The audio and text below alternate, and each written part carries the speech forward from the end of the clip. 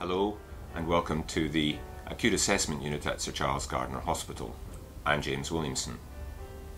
I hope you enjoy your term here. I'll be your supervisor unless you're attached to one of the other medical teams, in which case that consultant will look after you. The educational objectives, indeed most of what I have to say, are set out in the orientation manual. You'll be provided with a copy of that before you come.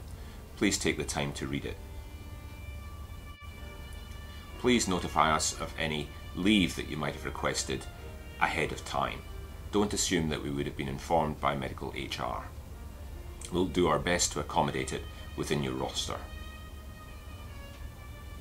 Please don't swap shifts.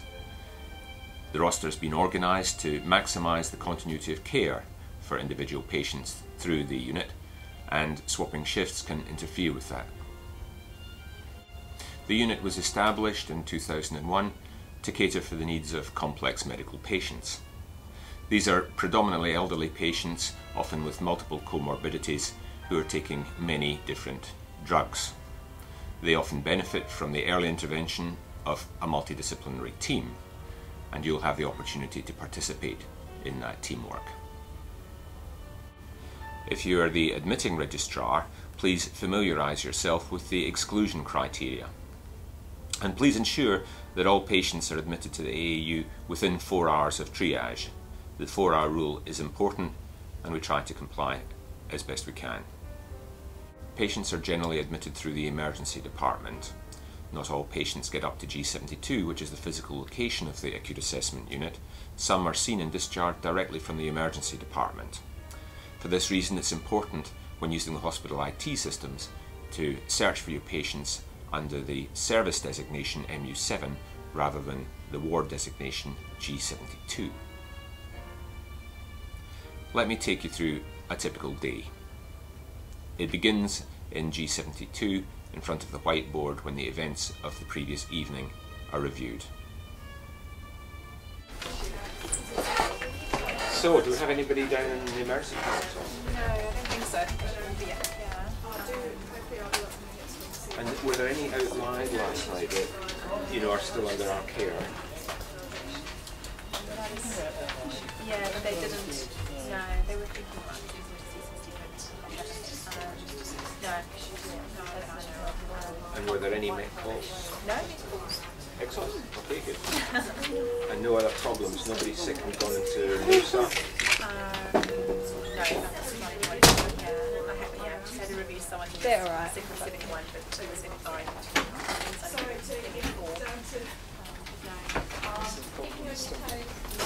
Is she?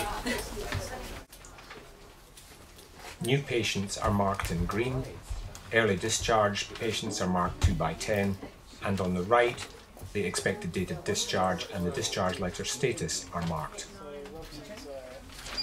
Yeah.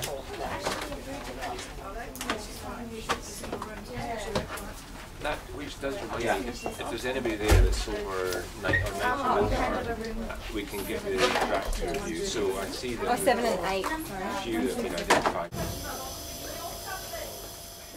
The AAU is divided into 2 zones, the blue zone and the green zone. Each is managed by a registrar and an RMO or intern, which form a team for the term. It's important that a member of each team attends the handover with the night team.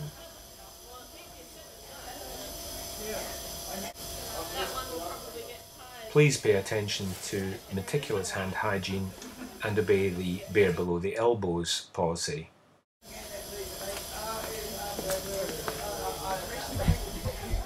Ensure that you have access and have been trained in the relevant IT applications, including the PACS system, ICM, CGMS and e-referrals. The ward is led by the clinical nurse specialist. While the medical ward round is in progress, the multidisciplinary team springs into action. This includes the pharmacist, discharge coordinator, physio, occupational therapist, social worker, speech pathologist, and others. We get good support from the psychogeriatrics team.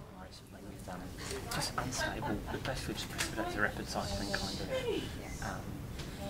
you know, the people who fail on lithium and they end up. At the conclusion of the ward round, we meet for the multidisciplinary team meeting, where each patient is discussed in turn. Gastroenteritis. Unfortunately, her bowels opened 6 times yesterday, but it's semi-formed, it's not loose, and twice since midnight. The first 2 stools has been negative, but... Patients may remain in the AAU for up to 2, exceptionally 3 days, under the care of the AAU consultant. A patient requiring a longer admission or specialist care would be transferred to an inpatient team at the earliest opportunity. In the case of general medicine, that would be the team on call on the day that the patient is deemed fit to transfer, unless the patient has been admitted under another team within the past 6 months, when that team would be preferred to enhance continuity of care. In order to ensure equitable distribution of the workload, no more than 5 patients should be handed over to the team of the day. Any more should be distributed among the other teams according to the number of inpatients under their care, bearing in mind, particularly at the weekends, that they might not be reviewed next day. And she was on warfarin. Rhino was 6. We reversed the warfarin and 2 units of blood. HB still is 9.1. Patients may be transferred to one of the medical teams, including SAMU, the Subacute Medical Unit, or may be referred to the aged care team for admission to the GEM unit, or perhaps Osborne Park for more protracted rehabilitation. Discharges may be supported in a number of ways, including hospital in the home, community care packages, etc., which the allied health team and discharge coordinator can arrange. It's essential that everybody who is discharged receives a discharge letter. Make sure that the GP has been adequately identified and that any other consultants involved in the patient's care also receive a copy of the letter. Any thoughts? She is mobilising with a lot of encouragement. She seems to be very pain focused. She would have walked about maybe 5 metres, but she's not weight bearing very well on that left side. So yeah, I wasn't sure whether the bone scan was going to change anything or not, but she might need a few days of rehab before she goes home. Find out, is it psychosis or is it agitation? This is what my The AAU has an active teaching programme and a number of compulsory educational meetings. These include the morbidity and mortality meeting, the GGM clinical meeting on a Wednesday at lunchtime, and the DGM teaching sessions on a Wednesday afternoon. These are specified in the roster, which we try to get out 2 weeks in advance. Occasionally it's slightly delayed, usually because the information from medical HR has not been forthcoming. There is also a radiology teaching session on a Tuesday afternoon, which is available for medical teams as well as the AAU. Interns can attend the intern training on a Wednesday morning, which is run by Postgraduate Medical Education.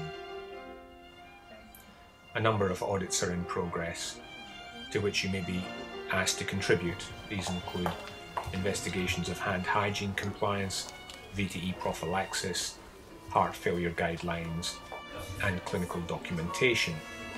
It's important that you complete the best practice guidelines in CGMS and ensure all patients are admitted to AAU within 4 hours. We'll just quickly go through the 2x10s for tomorrow. We've got Mr. Italiano, so he'll need a discharge letter done tonight. Mr. Lawton, he's got a discharge letter prepared, so that's all right. This gentleman here needs one. No, it's already been prepared, which is great. I'm not sure that there are any others that can get home tomorrow, but 3 is a good start. That patient's going home this evening. So we've got a couple more to be clocked this evening. I'll review them in the morning, and I'm off.